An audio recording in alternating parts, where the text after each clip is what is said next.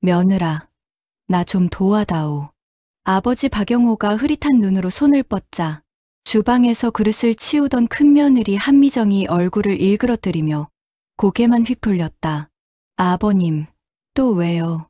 저 지금 설거지하느라 바쁜 거 안 보여요? 좁은 거실에는 늦은 오후 햇살이 기울어 들어오고 아버지가 앉아 있는 낡은 소파에 천은 달아 있었다. 박영호의 두 손은 떨렸고 말끝은 흐릿하게 번졌다. 그 모습만 보면 누구라도 깊은 치매 환자로 보일 만한 상태였다. 하지만 눈빛은 기묘하게 또렷했다. 마치 주변 모든 소리와 그림자를 다 듣고 다 보고 있다는 듯한 침착한 눈동자. 그것은 누구도 알아채지 못한 단 한순간의 틈이었다. 큰아들 박도연은 퇴근 후 들어와 넥타이를 느슨하게 풀며 한숨을 쉬었다. 여보, 아버지 또 물 흘리셨어? 그 말투는 짜증이라기보다 지친 사람의 포기 같은 느낌이었다. 한미정은 소파 쪽을 손가락으로 가리키며 말했다. 그래, 또 그래. 매일 이 모양이야. 내가 진짜 사람 하나 못 살려. 병원이라도 가야 하는 거 아니야? 그 말에 박도연은 얼굴을 찡그렸고 박영호는 마치 아무것도 듣지 못한 척 고개만 숙였다. 거실 한쪽에서는 손녀 박소민이 휴대폰을 만지작거리며 말했다. 할아버지, 제 방에 또 들어오지 마세요. 저 무섭단 말이에요. 말투는 짜증 섞였고 할아버지를 바라보는 눈빛엔 피로와 불편함만 가득했다. 아버지는 그 말을 들은 듯 말 듯 시선을 바닥 타일 위에 고정한 채 작은 숨만 놓았다. 집 안의 공기는 늘 이랬다. 누구도 먼저 도와주지 않고 누구도 진심으로 걱정하지 않는 분위기. 아버지가 무표정한 얼굴로 숟가락을 쥐다 떨어뜨리면 아휴, 진짜. 한미정의 목소리가 벽을 울렸다. 그러던 중 박영호는 테이블 밑으로 손을 천천히 뻗더니 아주 작은 검은 상자를 손끝으로 가볍게 쓸었다. 그 동작은 누구도 보지 못했다. 하지만 그는 그 상자의 위치를, 크기를, 질감을 완벽하게 알고 있었다. 그 안에 무엇이 들어있는지까지도. 한미정이 다가와 밥그릇을 쿵 소리가 나게 내려놓으며 말했다. 아버님, 이거 드세요. 제발 흘리지 말고. 박영호는 떨리는 손으로 그릇을 잡았지만 일부러인지 모르게 그릇은 조금 흔들렸다. 한미정은 혀를 찼다. 이래서야 사람 하나 죽어나지. 잠시 후 도연이 소파 옆에 앉으며 아버지를 보았다. 아버지 죄송해요. 제가 요즘 회사도 힘들고 잘 챙겨드리지 못해서. 말끝은 미안한 듯 부드러웠지만 마음 깊은 곳에 피곤함이 더 크게 묻어났다. 그때 박영호는 아주 미세하게 그러나 분명히 웃었다. 입꼬리가 기묘하게 올라갔지만 누구도 보지 못했다. 모두 제 일에 몰두해 있었기 때문이다. 그리고 아버지는 소리 없이 고개를 들어 천천히 가족들을 바라보았다. 며느리 한미정이 서 있는 주방 쪽, 소파에 앉은 도연, 퉁명스러운 표정의 손녀 소민. 그 모든 시선을 지나 마치 마음속으로 무언가를 체크하듯 고개를 아주 미세하게 끄덕였다. 오늘 하루도 그는 기록했다. 그리고 그는 알고 있었다. 이 집안의 모든 진짜 얼굴을 11년 전부터 이미 모든 건 시작되어 있었다. 아버님, 또 이거 뒤적거려요? 아침 햇살이 부엌 유리창을 통과하며 거실 한쪽을 비출 때 큰며느리 한미정이 짜증 섞인 목소리로 소리쳤다. 박영호는 거실 탁자 아래를 천천히 손끝으로 더듬고 있었다. 마치 잃어버린 무엇을 찾는 듯한 움직임이었다. 한미정은 뚜벅뚜벅 다가오더니 아버지 손목을 잡아 억지로 올려놓았다. 아버님, 여기 아래에 뭐 있다고 자꾸 만지는 거예요? 정신이 오락가락하셔도 정도가 있지. 말투는 공손한 척하지만 눈빛은 차가웠다. 박영호는 멍한 얼굴로 한참 멈춰 있다가 고개를 천천히 들었다. 그리고 의도적으로 더 흐릿한 목소리를 흘렸다. 며느라, 나 뭐 찾으려는 게 아니고. 그러자 한미정이 눈을 굴렸다. 아유, 됐어요. 그냥 가만히 좀 계세요. 거실은 늘 이렇게 시끄러웠고 그 소란스러운 분위기 속에서도 아버지는 계속해서 눈동자만 또렷하게 움직였다. 그의 시선은 테이블 아래 어둠 속 아주 작은 틈에 숨어있는 조그만 검은 기기로 향했다. 밤이면 희미한 녹색 빛이 아주 잠깐 켜졌다 사라지던 그것. 가족 누구도 그 존재를 인식하지 못했다. 하지만 박영호는 알고 있었다. 그 장치가 정확히 어떤 역할을 하고 있는지, 그리고 왜 이 집에 반드시 있어야 하는지를. 박도연은 양복을 걸치며 거실을 지나다가 한숨을 길게 뱉었다. 여보, 아버지 오늘 상태 너무 안 좋으신 거 아니야? 손이 자꾸 떨리는데. 그러자 한미정은 팔짱을 끼고 고개를 획 돌리며 말했다. 당연하지. 내가 말했잖아. 치매 중기라니까. 약 먹여봤자 소용없어. 병원비도 너무 나오고. 도연은 잠시 침묵하다 조용히 물었다. 병원비 또 넣었어? 그 질문에 한미정의 표정이 아주 미세하게 굳었다. 하지만 금세 웃는 얼굴로 바뀌었다. 그럼 어떡해? 내가 다 알아서 한다니까 믿어. 그 순간 소파에 앉은 박영호의 얼굴에 잠깐 정확한 이해의 미소가 새어나왔다. 너무 짧고 너무 미세해서 누구도 눈치채지 못했지만 그 미소는 마치 그래, 내가 봐야 할 것들이 또 보이는구나 라는 듯한 기묘한 만족감이 깃들어 있었다. 점심이 지나갈 무렵 손녀 박소민이 방에서 나왔다. 눈은 부스스했고 손에는 휴대폰이 붙어 있었다. 엄마, 할아버지 또 제 방 앞에서 서 있었던 것 같은데. 진짜 무서워. 한미정이 곧바로 박영호 쪽으로 다가가며 말했다. 아버님, 소민이 방 앞에 자꾸 왜 서 계세요? 그만 좀 돌아다니시라니까요. 박영호는 천천히 고개를 들어 손녀를 바라봤다. 그 눈동자는 흐릿해 보였지만 그 속에 아주 작은 미묘한 빛이 깜빡거렸다. 손녀가 자신을 귀찮아하고 무서워하고 밀어내는 그 감정마저 그는 모두 기억하고 있었다. 갑자기 박영호의 손이 또다시 탁자 아래로 향하려 하자 한미정이 크게 손을 쳤다. 아버님, 제발 좀 가만히 계세요. 아, 진짜 왜 자꾸 이상한 짓을 해요? 그 말이 끝나기도 전에 박영호의 손가락이 테이블 밑에 닿았고 아주 미세한 딱 하는 촉감이 그의 피부를 스쳤다. 그것은 작은 전원 버튼이었다. 아무도 보지 못했지만 그 순간 테이블 밑 장치의 붉은 표시등이 잠시 꺼졌다가 다시 켜졌다. 이것은 그가 매일 하는 루틴이었다. 정확한 시간, 정확한 손동작, 정확한 길이. 그는 절대 잊지 않았다. 치매 환자라면 절대 불가능한 행동을 아무도 모르게 반복하고 있었다. 그러던 오후, 박지은 작은 딸이 집에 들어왔다. 그녀는 손에 과일과 반찬을 들고 있었고 오빠 도연을 보며 말했다. 오빠, 아버지 오늘 어떠셔? 도연은 고개를 저었다. 여전해. 요즘 상태 더 안 좋은 것 같아. 지은은 거실 쪽으로 슬며시 다가갔다. 그녀가 아버지를 바라보는 눈빛은 늘 조심스럽고 늘 따뜻했다. 아버지, 지은이 왔어요. 그 순간이었다. 아버지 박영호의 눈빛이 잠깐, 단 1초, 완전히 정상적인 사람의 그것처럼 맑아졌다가 다시 흐릿해졌다. 지은은 숨을 삼켰다. 그리고 아주 작은 목소리로 물었다. 아버지 혹시... 그러나 박영호는 다시 축 늘어진 표정을 지었다. 입술이 떨리고 시선은 벽을 향했다. 그는 아무 말도 하지 않았다. 하지만 지은은 그 찰나의 눈빛을 보았다. 확실히 보았다. 그리고 그 순간 지은의 시선이 테이블 밑 그 어둠 속을 스쳤다. 미세한 붉은 불빛 한 점. 그녀의 눈이 아주 잠깐 흔들렸다. 집 안에는 아무도 모르게 서로 다른 의도가 얽히기 시작하고 있었다. 그리고 아버지의 또렷한 눈빛은 말하고 있었다. 이제 조금만 더 지켜보자. 여보, 이게 뭐야? 보험 서류잖아. 큰아들 박도연이 거실 테이블 위에 펼쳐진 종이를 들고 멈춰 섰다. 출근 준비를 하던 오전, 한미정이 서류함을 정리하다 떨어뜨린 종이들이 바닥으로 쏟아졌고 도연은 그중 하나를 우연히 보게 된 것이다. 종이에는 굵은 글씨로 고령자 실버종신보험 피보험자 박영호 수익자 한미정 이라고 적혀 있었다. 거실로 들어온 햇빛이 서류 위에 비쳤고 글자들은 묘하게 선명하게 빛났다.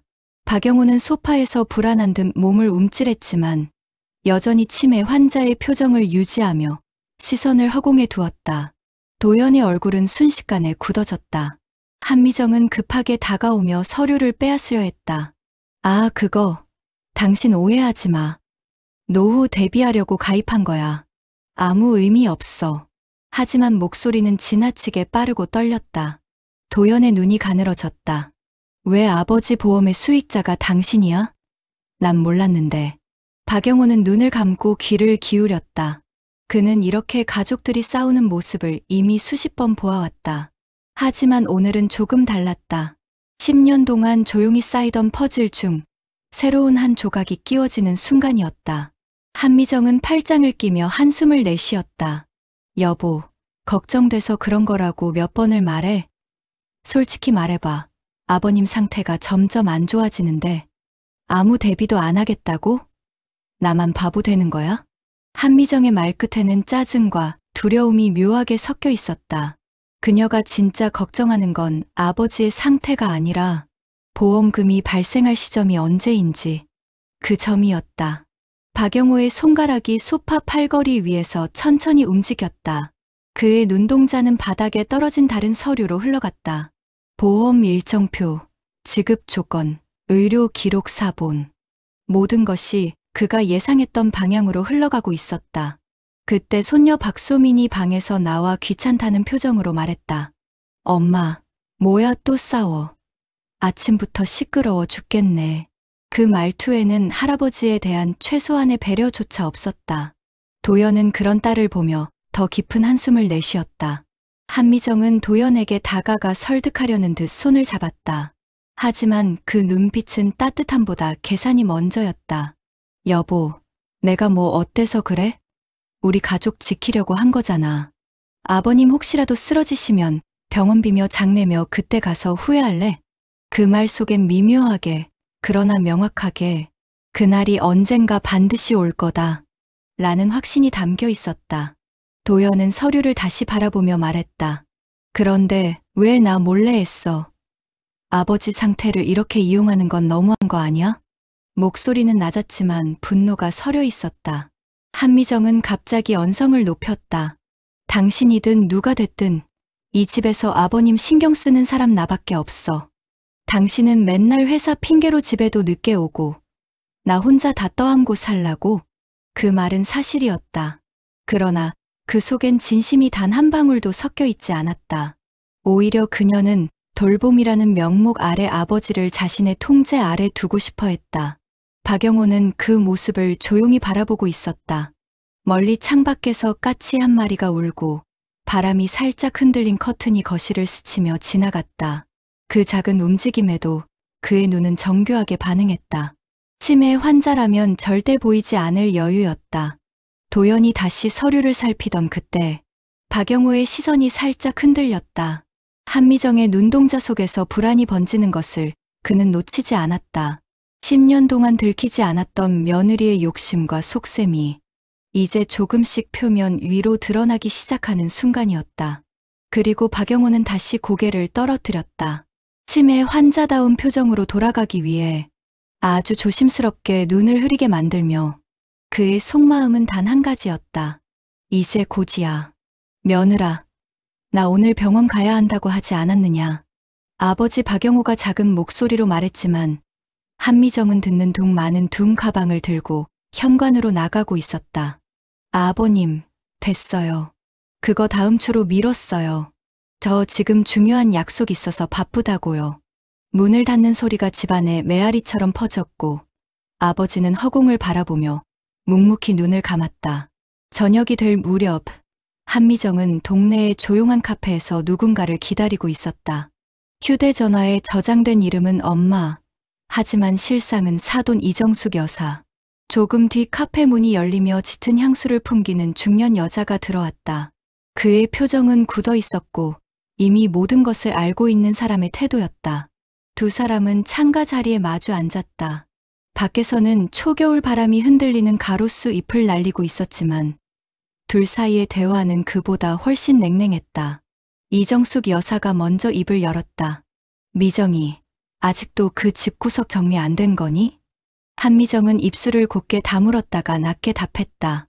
엄마, 시간이 좀 필요해. 아버님이 생각보다 버티셔서. 버티신다고? 사돈 여사의 눈이 가늘게 찢어졌다. 치매라며. 그 정도면 요양원 보내도 아무도 신경 안 써. 그게 남편이 반대해서요. 도연 씨는 착해서 그래. 그런 사람은 판단을 못해. 내가 주도해야지.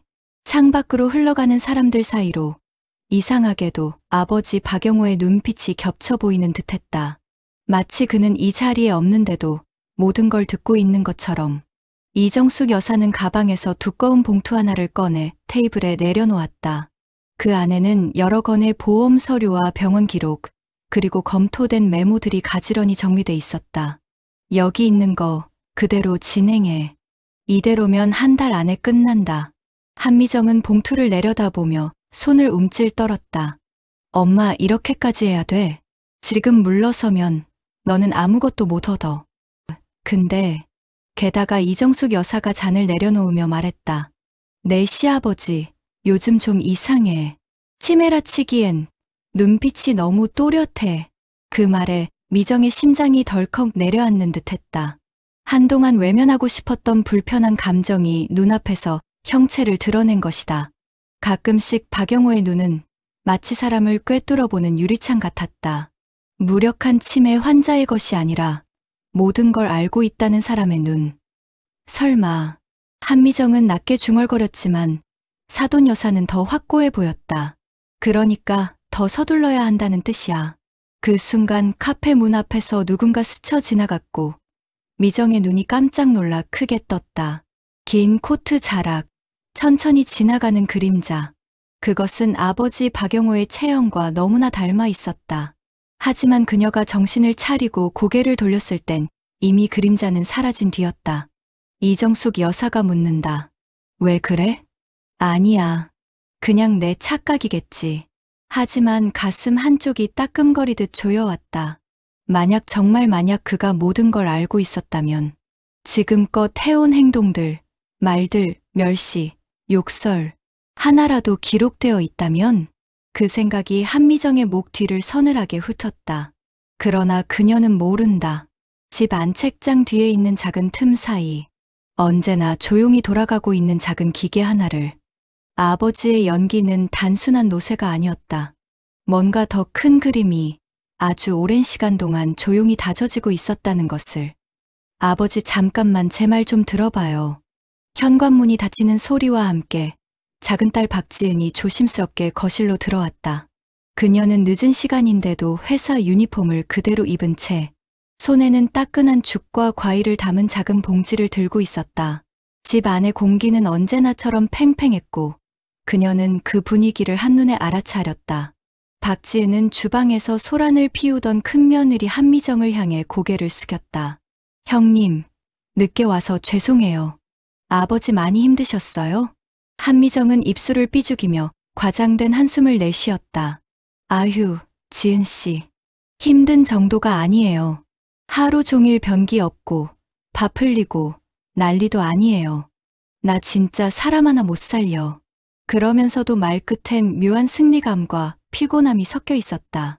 마치 나는 이 고생을 감당하는 사람이라는 표정을 의식적으로 짓는 듯한 느낌이었다. 박지은은 말없이 그 말을 듣고 조용히 거실 쪽으로 향했다. 소파에 앉아있던 아버지가 고개를 살짝 들어 그녀를 바라봤다. 그 눈동자에 순간적으로 희미한 생기가 깃드는 것을 박지은은 놓치지 않았다.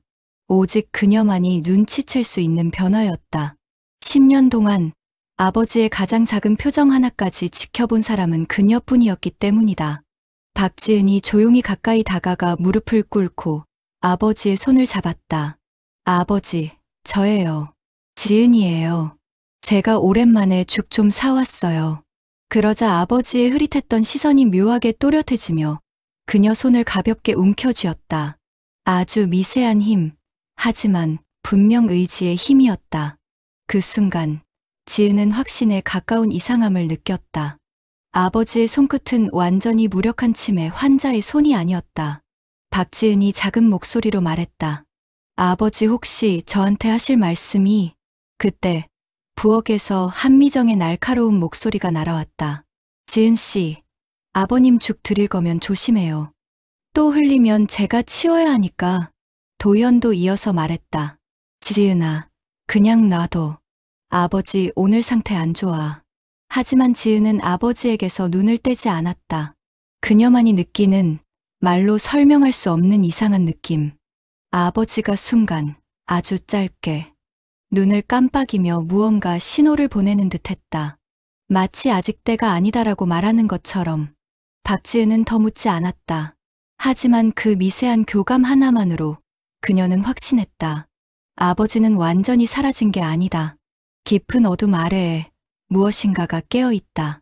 그리고 그것은 이 집안 누구에게도 드러내고 싶지 않은 어떤 의지 같았다. 박지은은 봉지에서 작은 수건을 꺼내 아버지 손을 닦아주며 속삭였다. 아버지 괜찮으세요? 저 있어요. 제가 매일 올게요. 그 말에 아버지는 아주 미세하게 고개를 끄덕였다. 큰아들도 며느리도 손녀도 보지 못한 매우 명확한 반응이었다. 그러나 그 일은 아무도 눈치채지 못했다. 잠시 후 지은은 오빠에게 말했다. 오빠, 아버지를 병원으로 모셔가는 건 생각 안 해봤어. 그냥 이대로 집에서만 있는 게 좀 이상해. 박도연은 담담하게 컵을 내려놓으며 말했다. 지은아, 너는 맨날 잠깐 와서 그러지. 집에서 치매 모시는 게 얼마나 힘든지 알아? 한미정이 그 말에 보탰다. 그러니까요, 지은 씨. 우리는 하루 종일 같이 있는데 솔직히 말해서 지은 씨는 잘 모를걸요? 박지은은 아무 말도 하지 않았지만 마음속에 깊게 새겨졌다. 이 집의 분위기, 말투, 시선, 표정, 그리고 아버지의 방 안에서 미세하게 들리던 딸깍하는 작은 소리까지 어디선가 무언가 작동하는 듯한 기계적인 미세한 진동. 그건 단순한 치매 환자의 방에서 나올 수 있는 소리가 아니었다. 아버지가 천천히 고개를 돌려 방 안 어딘가를 바라보았다. 불 꺼진 컴퓨터 책상 아래, 작은 서랍 쪽, 지은도 그 시선을 정확히 따라갔다. 순간 아버지의 눈동자가 가볍게 흔들렸다. 그리고 아주 짧은 속삭임이 새어나왔다. 지은아, 나 기억하고 있다. 그 말은 너무 작아 지은 말고는 누구도 듣지 못했다.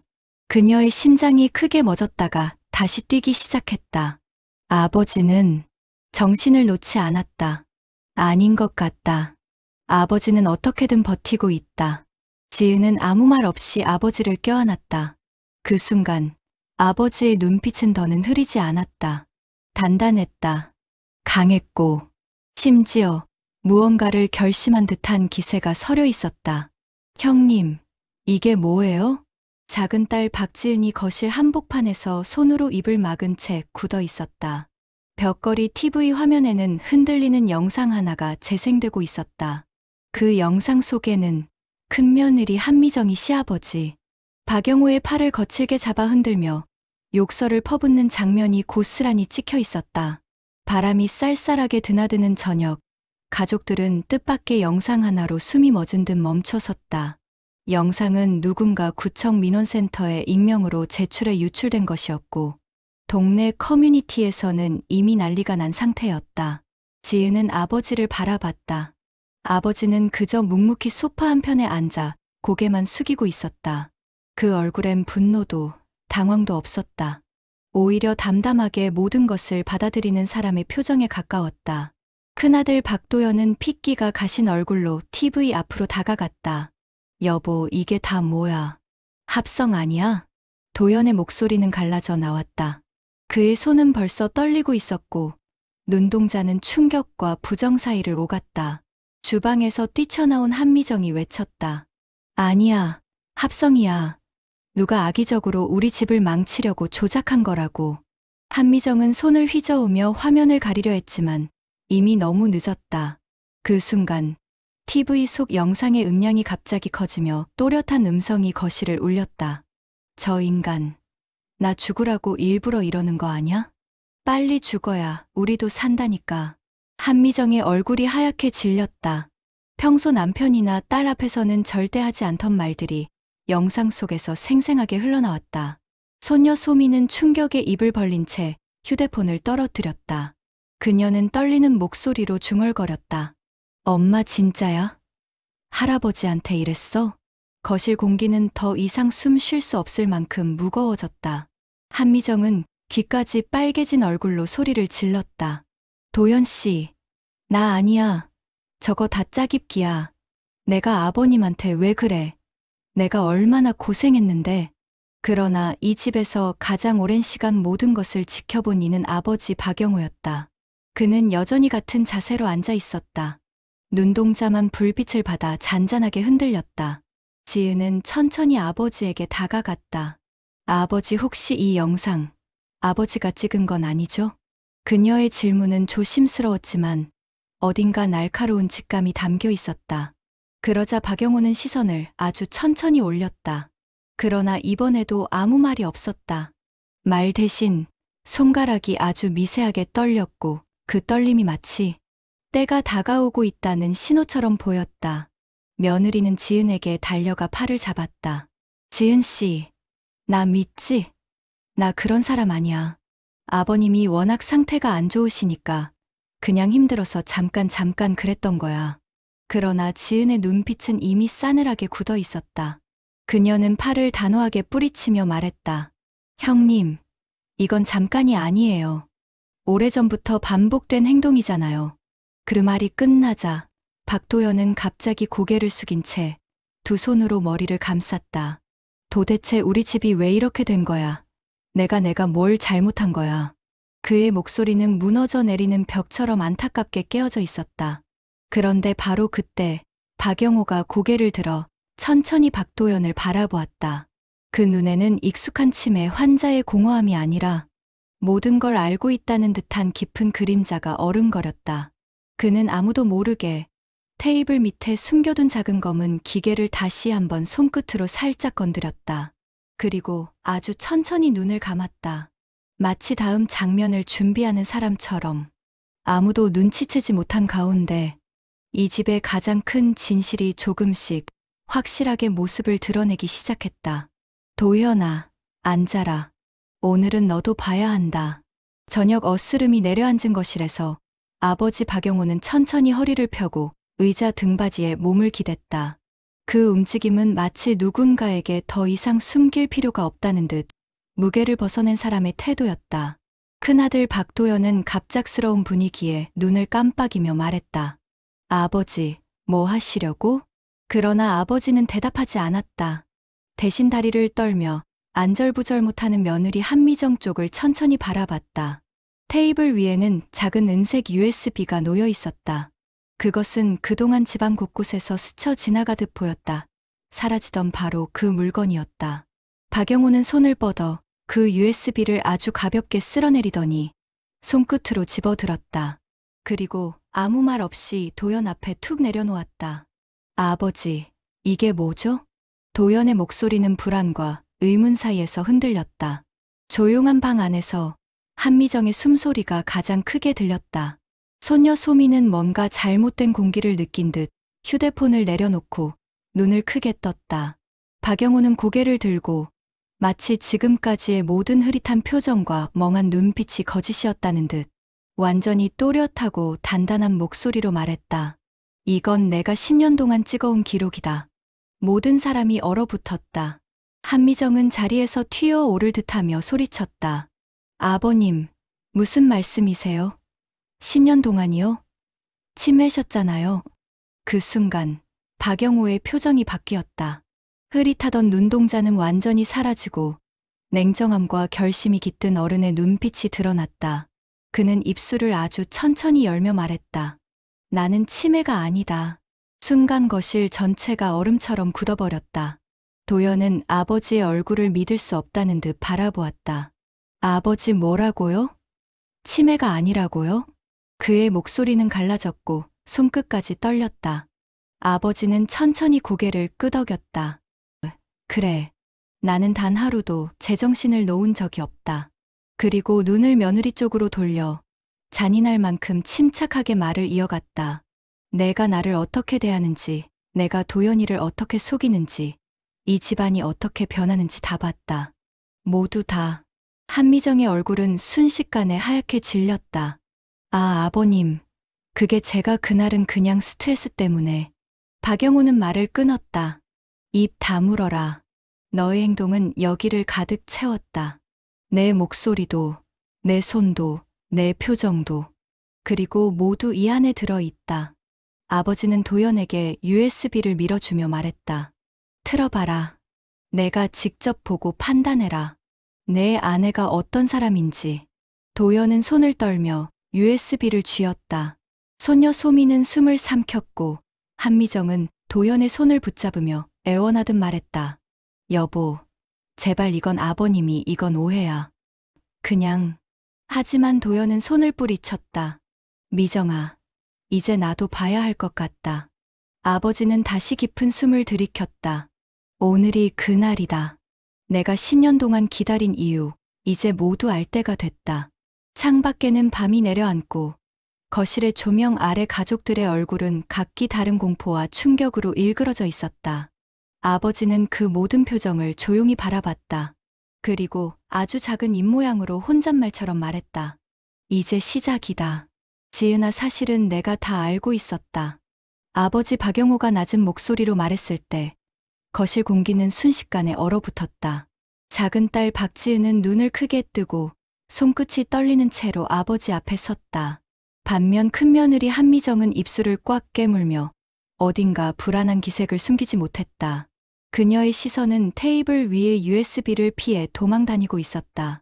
박영호의 눈은 오랜 세월의 그림자를 뚫고 나온 듯 맑고 단단했다.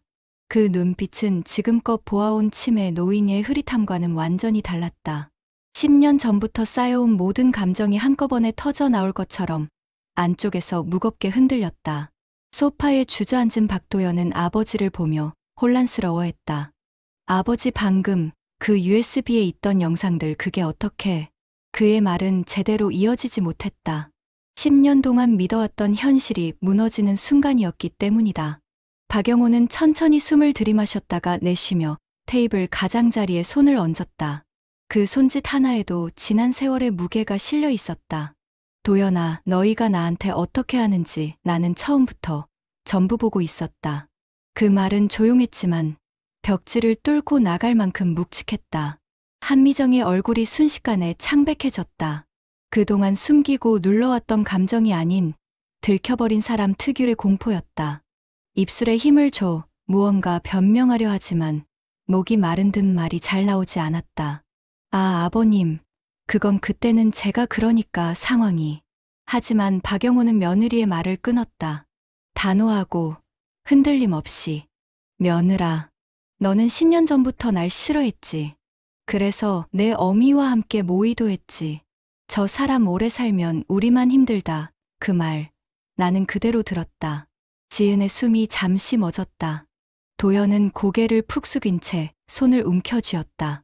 한미정은 두 눈이 흔들리며 물기까지 맺혔다. 박영호는 손가락으로 USB를 가볍게 눌렀다. 그 안에는 수십 개의 파일이 있었다. 지금까지 공개된 건 극히 일부에 불과했다. 그날 이후로 나는 테스트를 시작했다. 내가 사람을 어떻게 대하는지, 내 남편에게 뭐라고 말하는지, 손녀는 나를 어떻게 생각하는지 모두 기록하려고 마음먹었다. 지은은 믿기지 않는다는 듯 고개를 저었다. 아버지, 설마 10년 동안 일부러 치매 연기를? 박영호는 고개를 끄덕였다. 그래야 너희의 진짜 모습을 볼 수 있으니까. 사람은 약한 사람 앞에서 본성이 드러난다. 나는 약한 척하는 게 참 쉬웠다. 그 말에 소민이 멍해진 얼굴로 어깨를 움츠렸다. 아까 영상 속 자신이 욕설을 내뱉는 모습이 떠올랐기 때문이다. 도연은 얼굴이 붉어지고 손을 부들부들 떨었다. 아버지, 저는 정말 몰랐어요. 제가 이렇게 그렇게까지 무심했을 줄은. 도연아, 너는 아기가 있었던 건 아니다. 하지만 본 건 있어도 보지 않았지. 박영호의 목소리는 서늘했지만 어디엔가 아들의 미성숙함을 안타까워하는 기운도 묻어났다. 그러나 며느리 한미정의 표정은 완전히 달랐다. 눈동자 깊은 곳에서 두려움과 분노, 그리고 계산이 뒤섞인 기묘한 떨림이 일었다.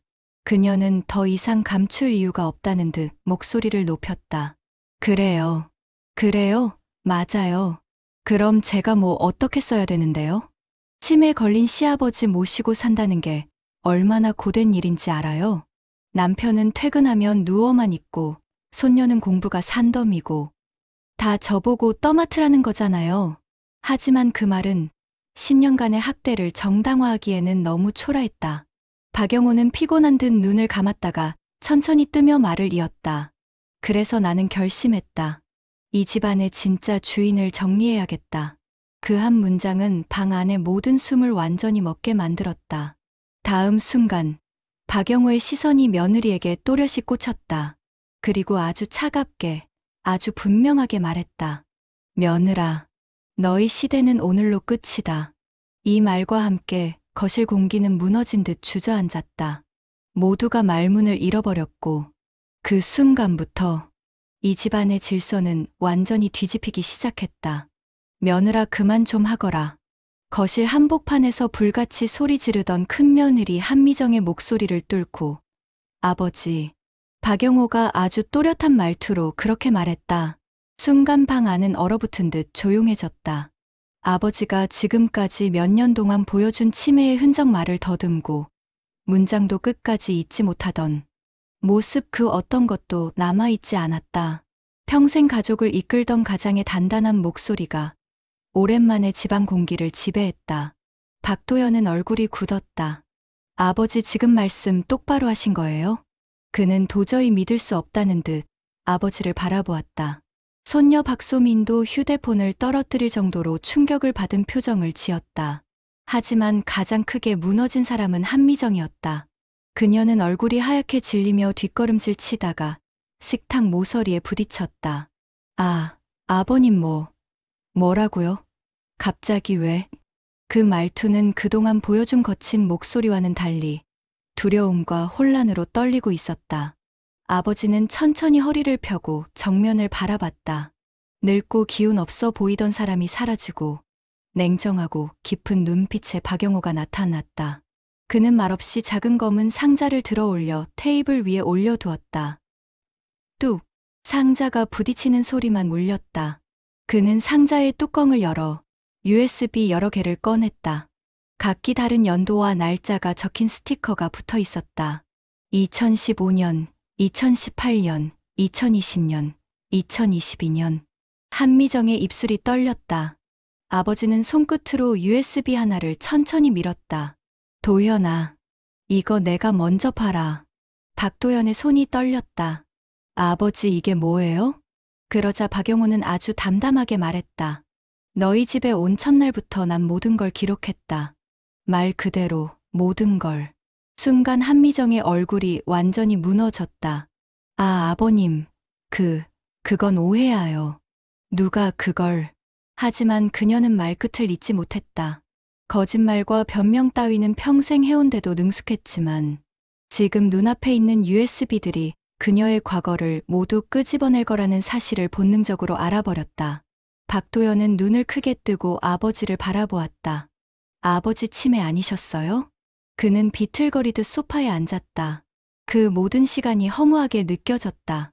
아버지를 이해한다는 핑계로 무시했고 아버지를 위한다는 핑계로 며느리의 행동을 묵인했으며 아버지가 조용히 눈물 흘리던 날도 대수롭지 않게 넘겼던 그 지난 10년이 갑작스레 거대한 죄처럼 쏟아져 내려왔다. 박영호는 고개를 천천히 끄덕였다. 그래, 난 치매가 아니다. 그는 단호한 목소리로 말했다. 오히려 누구보다 또렷했다. 그리고 그래야만 했다. 한미정이 입술을 깨물며 비명처럼 말했다. 아버님, 이건 큰 오해야. 그건 다 남편이 외면해서 저는 혼자. 그때 박영호는 그녀를 단호한 눈빛으로 끊었다. 며느라, 변명하지 마라. 너희가 나를 어떻게 대했는지 나는 다 알고 있다. 소민도 두 손을 떨며 말했다. 할아버지 그게 장난이었어요. 그냥 스트레스 때문에. 하지만 그녀의 목소리도 그 어떤 설득력도 없었다. 아버지는 더는 흔들리지 않았다. 모두 앉아라. 박영호가 말했다. 그 목소리에는 지난 세월 동안의 침묵을 모두 깨뜨리는 힘이 있었다. 오늘 이 자리에서 진짜 이야기를 해주마. 도연은 숨을 삼켰다. 미정은 다리가 풀려 주저앉았다. 소미는 입술을 깨물며 눈을 피했다. 아버지의 입에서 나온 말은 10년 동안 누구도 상상하지 못한 이 집안 전체의 근본을 뒤흔드는 진실의 시작이었다. 내가 왜 치매 연기를 했는지부터 이야기하마. 도연아, 내가 이걸 보는 게 아버지는 제일 마음이 아프다. 박영호가 USB에서 마지막 영상을 실행시키자 거실은 숨조차 쉬기 어려울 정도로 싸늘해졌다. 모두의 시선은 TV 화면에 고정되어 있었고 화면 속에서 한미정의 목소리는 날카로운 칼날처럼 가슴을 후벼 팠다. 저 인간 하루빨리 요양원 보내버려야 돼. 안 그러면 우리 인생 끝장나. 한미정이 사돈 이정숙 여사에게 중얼거리고 그 옆에서 손녀 박소민이 팔짱을 낀 채 말했다. 엄마 말 맞아. 나 대학도 다녀야 하고 해외 연수도 가야 하는데 할아버지 그 꼴 계속 보면 나 미쳐버릴 것 같아. 솔직히 없어지면 좋겠어. 그 순간 거실 위 공기 전체가 무너지는 듯 흔들렸다. 박도연은 경직된 손으로 얼굴을 감싸며 고개를 떨구었다. 소민아, 너까지 어떡해. 목이 잠겨 나오지 않는 울음 같은 소리였다. 한미정은 벌컥 소리를 질렀다. 저건 조작이에요. 누가 이딴 걸. 그러나 그 말은 끝까지 이어지지 못했다. 박영호가 고개를 단단히 들고 말 그대로 치매, 흔적이라곤 티끌도 없는 눈빛으로 며느리를 바라봤기 때문이다. 아버지가 천천히 입을 열었다. 며느라, 누구도 조작할 수 없다. 저건 내가 한 말 그대로다. 그 순간 한미정은 처음 보는 표정을 지었다. 분노도 아니고 후회도 아니고 완벽한 공포였다. 거실은 더 깊은 정적 속으로 빠져들었다. 작은 딸 박지은은 눈물을 닦으며 말했다. 형님, 아버지를 언제부터 저렇게 대하신 거예요? 한미정은 말을 잇지 못했다. 얼굴은 잿빛으로 변했고 손은 불안하게 떨렸다. 박영호는 천천히 의자에서 일어나 벽에 기대놓은 낡은 가방을 꺼내왔다. 그 가방은 지난 10년 동안 아무도 관심을 주지 않았던 물건이었다. 그러나 그 안에는 모두가 몰랐던 진실이 들어 있었다. 아버지는 조용히 서류철 하나를 꺼내 큰아들 박도연 앞에 내려놓았다. 도연아, 이건 내가 알아야 할 마지막 사실이다. 박도연은 손을 떨며 서류를 펼쳤다. 눈이 커지고 입술이 말라붙었다. 아버지, 이게 뭐예요? 강남 재개발 보상 지분 30억. 이게 다 아버지. 한미정의 얼굴이 단숨에 사색이 되었다. 도연의 손에서 서류가 떨어지며 바닥에 천천히 흩어졌다. 박영호는 다시 서류철을 뒤져 또 다른 문서 한 장을 꺼냈다. 한미정의 눈은 공포로 꽉 차 흔들렸다. 아버님, 그건 뭐죠? 그건 제 거죠? 도연이랑 제. 박영호의 목소리는 단단했고 더는 떨림도 없었다. 이 재산의 상속자는 도연이도 며느리 너도 아니다. 한미정의 입이 벌어졌다. 박도연은 숨을 삼켰다. 소미는 그 자리에 얼어붙었다. 아버지는 고개를 돌려 작은 딸을 바라보았다. 지은은 두 손을 앞에 모으고 믿기지 않는 듯 눈을 적셨다. 지은아, 내가 10년 동안 해준 거 아버지는 다 기억한다. 그 말 한마디로 지은은 그 자리에 무너져 울음을 터뜨렸다. 아버지, 저는 그냥 가족이니까 한 거예요. 아버지가 마음 편하셨으면 해서. 박영호는 고개를 끄덕였다. 그렇다. 그게 가족이다. 그제야 한미정이 바닥을 짚고 몸을 일으키며 소리쳤다. 아버님, 제가 10년 동안 얼마나 고생했는데요. 제가 밥하고 씻기고 다 했는데 이게 무슨 말이에요? 지은은 단호하게 말했다. 형님, 그건 고생이 아니라 학대였어요. 아버지는 마지막으로 서류에 도장을 지며 말한다. 며느라, 그동안 너희가 나를 어떻게 대했는지 다 봤다. 이제 그 대가를 받을 때다. 그 순간 문 밖에서 경찰이 들이닥쳤다. 사돈 이정숙 여사와 한미정의 보험 사기 공모건이 정식 접수된 것이다. 모두가 멍해지는 순간 한미정은 바닥에 주저앉았다. 그날 밤 박영호는 지은의 팔을 잡고 집을 떠났다. 그 모습은 등 굽은 노인이 아니라 10년 동안 모든 것을 지켜본 판단하는 사람의 발걸음이었다. 그리고 남겨진 자들, 박도현, 한미정, 소민. 그들은 서로를 바라보지도 못한 채 철저한 침묵 속에서 무너져 갔다. 시간이 조금 흐르고 모든 것이 정리된 뒤 박영호는 작은 딸 지은과 함께 조용한 전원주택에서 지내기 시작했다. 새벽마다 산책을 하고 작은 텃밭을 가꾸며 평생 느끼지 못한 편안함 속에서 살아갔다. 반면 한미정은 아버지 학대 및 보험 사기 공모 혐의로 형사 조사를 받았고 사돈 이정숙 여사는 관련 자금 흐름이 밝혀지며 경찰 조사를 피할 수 없었다. 소녀 소미는 대학 장학금이 회수되고 네티즌들 사이에서 악성 댓글에 휘둘리며 계정을 닫아야 했다. 가장 큰 충격을 받은 사람은 큰아들 도연이었다. 그는 회사를 그만두고 심리 상담을 받을 정도로 무너져 있었다. 그리고 어느 날 도연은 아버지를 찾아와 울먹이며 말했다. 아버지 정말 죄송합니다. 지난 시간 너무 후회됩니다. 하지만 박영호는 조용히 말했다. 도연아, 늦었지만 너라도 진심이니 다행이다. 사람은 누구나 실수한다. 다만 다시는 그러지 마라. 두 사람은 오래된 벤치에 나란히 앉아 겨울 햇살을 바라보았다. 아버지는 눈을 감고 말했다. 가족이란 건 사랑으로 지켜야지. 편함으로 버리면 안 되는 거다. 그리고 그의 긴 싸움은 그렇게 끝났다. 10년 동안 이어졌던 침묵의 테스트도 가면 뒤의 진실도 이제는 모두 제자리에 돌아온 듯했다. 사람의 본 모습은 말이 아니라 태도로 드러난다는 사실을 우리는 종종 잊습니다. 가족이라는 이름 아래 너무 쉽게 상처를 주고받기도 하지만 결국 누가 진심으로 손을 잡아주는지는 시간이 모든 것을 증명해 줍니다. 약한 사람을 대하는 태도는 그 사람의 인격 전체를 보여줍니다. 결국 인과응보는 돌아오고 진심은 어떤 형태로든 보답받게 되어 있습니다. 여러분이라면 오랫동안 침묵하며 지켜보는 박영호의 방식이 옳았다고 생각하시나요? 아니면 더 일찍 진실을 드러내는 것이 가족 모두에게 더 나은 선택이 되었을까요? 가족 안에서의 침묵은 과연 지혜일까요? 아니면 또 다른 상처일까요? 혹시 마음속에 오래 품고 있던 상처나 말하지 못한 감정이 있다면 오늘만큼은 스스로에게 조금 더 따뜻하게 대해주세요. 누군가가 몰라준다고 해서 당신의 마음이 가벼워지는 건 아니지만 적어도 외면하지 않고 바라봐주는 시선 하나가 큰 힘이 되기도 합니다. 당신이 살아온 시간과 버텨온 마음은 그 자체만으로도 충분히 소중합니다.